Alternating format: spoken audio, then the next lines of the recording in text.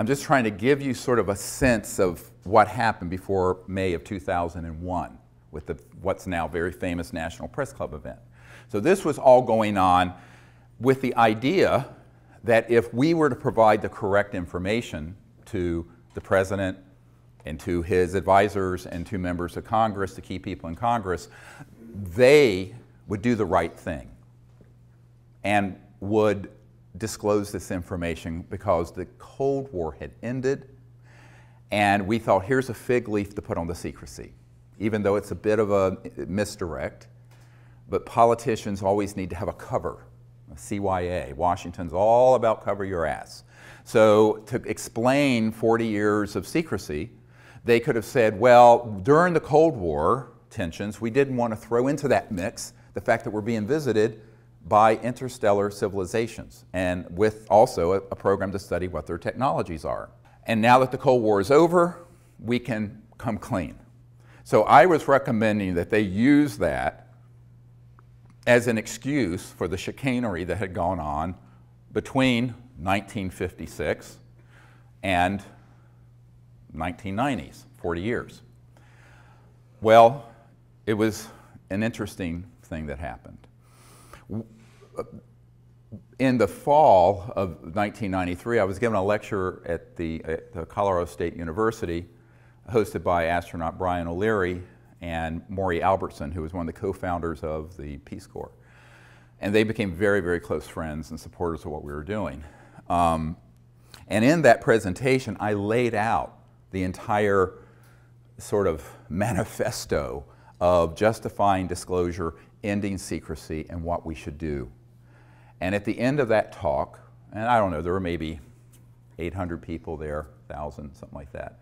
There was a man, a little bald man, standing at the back of the room.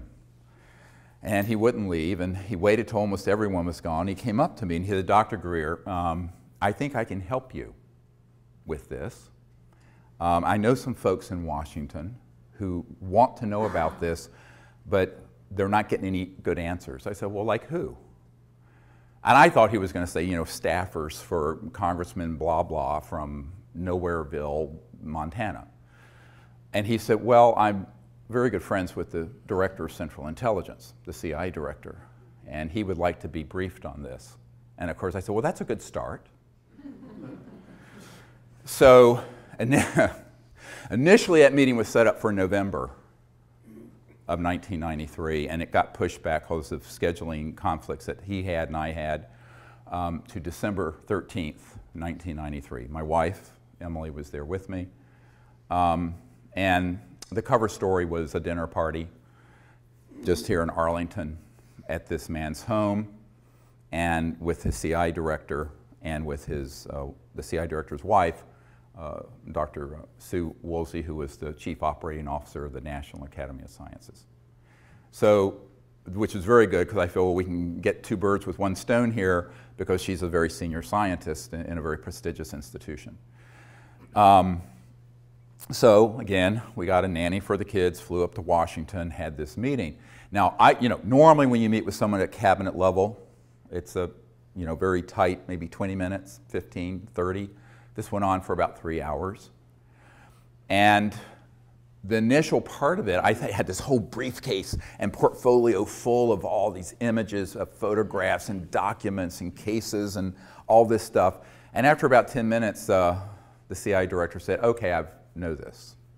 We know that they exist. And it turns out he and his wife had had a sighting in New Hampshire when they were younger. I want to know, and this is the key question to answer, why won't they tell me and the president about it? I'm the CIA director. I said, well, that's another discussion. And at first, I got some hint of this when I got the letter, which I have in my archives, because subsequently, Woolsey tried to backpedal and say this briefing never happened. He publicly said so, and I can prove it to be a lie. I always say in Washington, how do you know they're lying? Their lips are moving. Lips are moving, that means they're lying. So, ouch. Did I just say that? Yeah, I did. It's on the record. There you go. So, but the letter I got describing the briefing from our host said, that you're going to be the first person to brief the president's people and his CIA director on this issue because they've asked questions and they can't get anything through channels. Now, at that point, I have to say, I thought I was being Zoomed. I really thought this was a prevarication and that this spy master, the CIA director, just wanted to pick my brain, find out what we were doing with folks like the Rockefellers and da-da-da. And it turned out he 100% was out of the loop. He knew nothing about these projects, and he was being completely deceived by those who had compartmented intelligence within the agency, the CIA, and he literally was the emperor that had no clothes, and so was the president. So it was at that point, on December 13th, 1993, that I realized that we were living in a country that had undergone a quiet coup d'etat decades earlier. That isn't talked about in the New York Times and Washington Post because it would be the biggest story ever and the biggest scandal ever. They'd rather talk about the blue stain on a dress and other trivialities, or the stain on a blue dress, and rather than talking about the truth.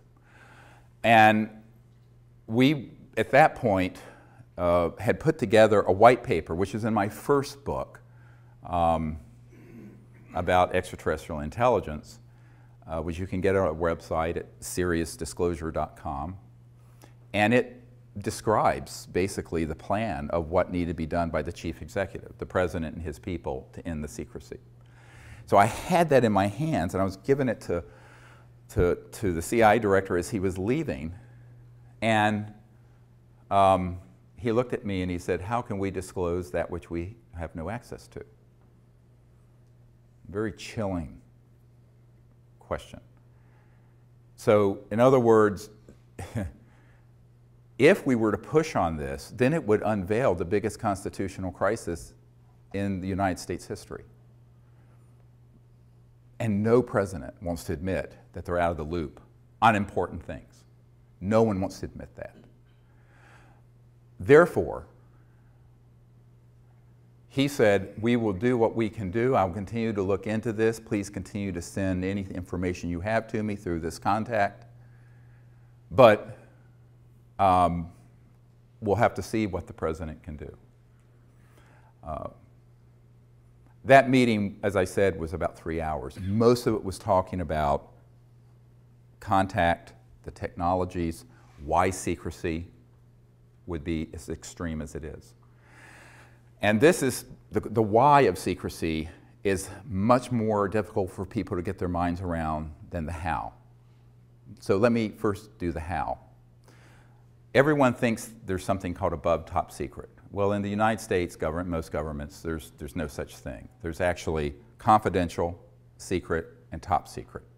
But then within these classifications, there are compartments. So you have TSSCI, top secret special compartmented intelligence. So TSSCI, it's the compartment you're in that matters. Some compartments, like what Edward Snowden exposed about PRISM, was a compartment that the President and the oversight committees of the Congress knew about. However misguided they may have been, they were legally overseeing compartments, which is why he's in trouble. There are other compartments that are unacknowledged special access projects. Special access projects require these clearances, and the unacknowledged ones mean exactly that. They are acknowledged to no one outside the compartment. And that includes the President of the United States or the Chairman of the Joint Chiefs of Staff or whoever. So one of the big mistakes that people make is conflating people's position in the military, the CIA, Congress, the presidency, the White House, the National Security Council, the whole alphabet soup of government agencies with access, all access, just because they have a top secret clearance, to every compartment. And I know men who are in one compartment and or in one section, and they have a friend that's in another compartment, and they both have top secret clearances, very high compartments, and they do not know what each other's working on. They may be best friends and they won't know. And that is how it works. But the unacknowledged special access projects mean that they're not acknowledged. And this is what Rumsfeld meant the day before 9/11, if you look at the film Sirius, when he said there's $2.3 trillion unaccounted for in the Department of Defense budget over the last few years. Not billion, trillion. Now it's at least 5 trillion. And now this is no flaming liberal. This is Donald Rumsfeld, okay, who dragged us into this misadventure called the Iraq War, along with Dick Cheney and some other neocons who didn't understand the Middle East, obviously, or anything else for that matter, dealing with world politics. And so, but he literally said that. Now, I don't know if he knew it was being filmed, but it was, and we got it, and it's in the film Sirius. So what does that mean? $2.3 trillion unaccounted for. It means that there is no accounting. I know an auditor who audits, my uncle's old company was Northrop Grumman, which does a lot of top secret work on certain kinds of aircraft, just like Lockheed Martin has certain contracts dealing with anti-gravity propulsion craft.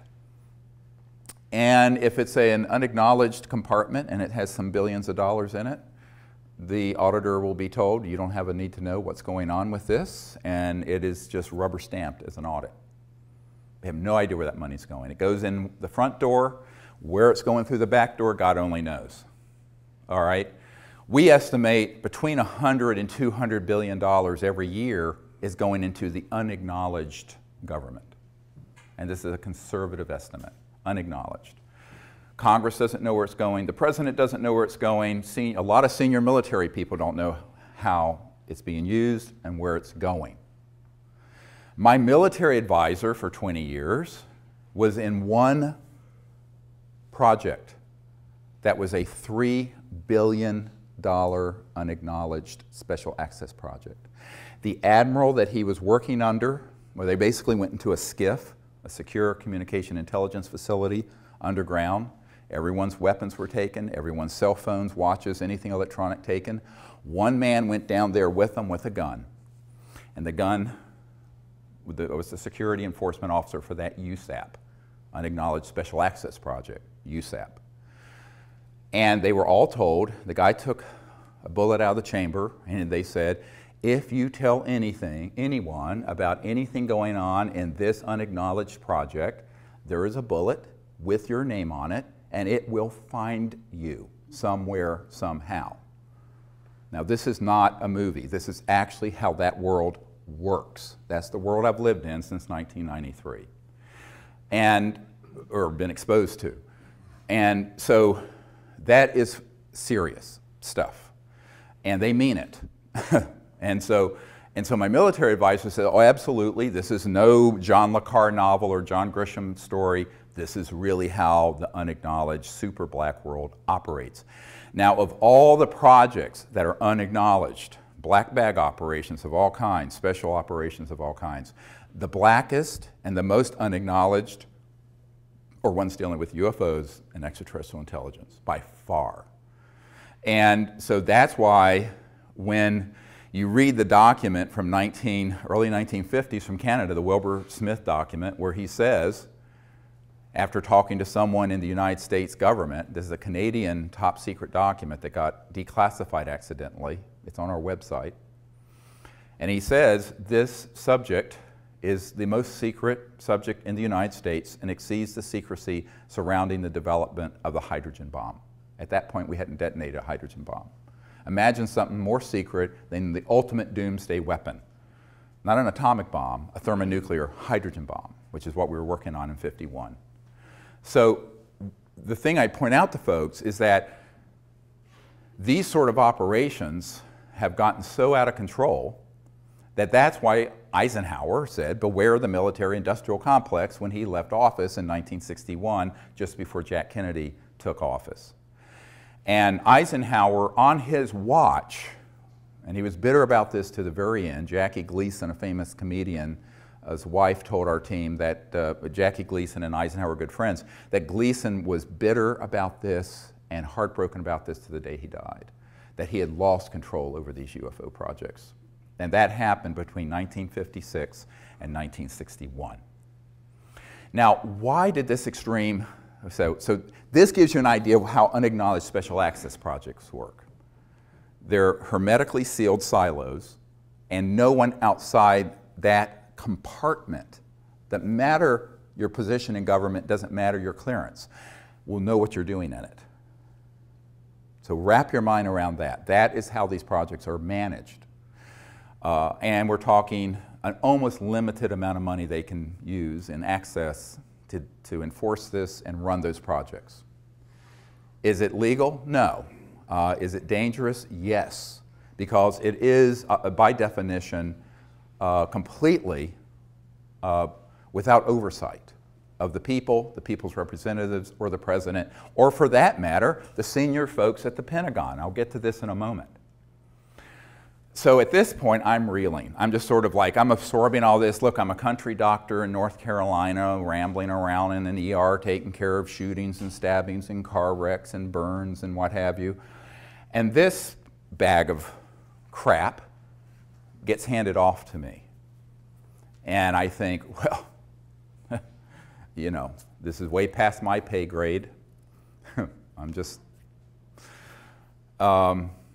And in January or early February 1994, a friend of the president's comes to our home, a man that I had met sometime earlier. And name is Kevin Foley. This is years enough gone, I'll go share his name. And his brother would stay overnight at the White House a lot and have breakfast with the president. He was a big fundraiser for President Clinton. From Minnesota, Foley family, very well-known political family.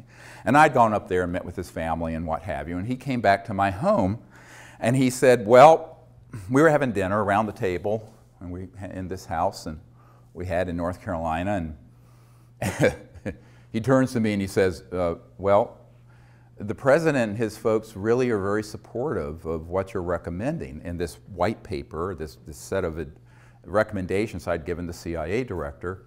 But they're concerned that if he does this, he'll end up like Jack Kennedy. And I start laughing. I think, well, I think he's joking. I mean, this is ridiculous. And he stops me. And because he was sort of a big, kind of heavy-set, jolly, sort of gregarious political operative, you know. And I just thought he was making a joke. Like if I tell you I have to kill you sort of cliche.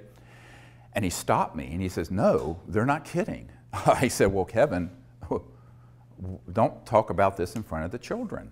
The children were small then.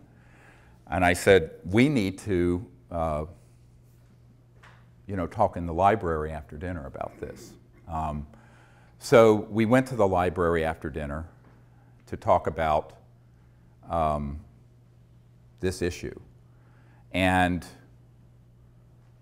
I was very, very concerned that this could even be on the radar of anyone at the White House.